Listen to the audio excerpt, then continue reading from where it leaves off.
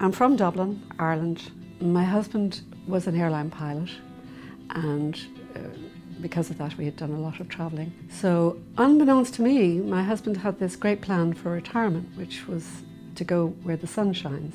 Ireland is beautiful, but there's a reason that it's green all the time.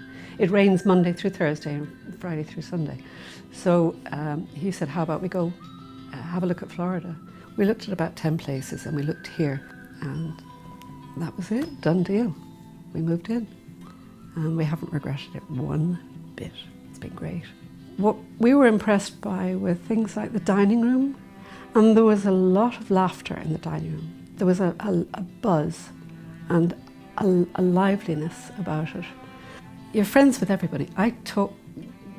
You're going through the corridors, you're going through any of the dining rooms or whatever, and it's hi, hi, hi, how are you, how are things, how's your leg, when did you do this, love what you're doing there. It's that kind of community. It's a very friendly, very happy community, good fun community. Not only is it friendly, but it's very supportive. We're here for you, we'll look after you. That's the ethos. And it isn't anything that you can be told. It's something it's in the place.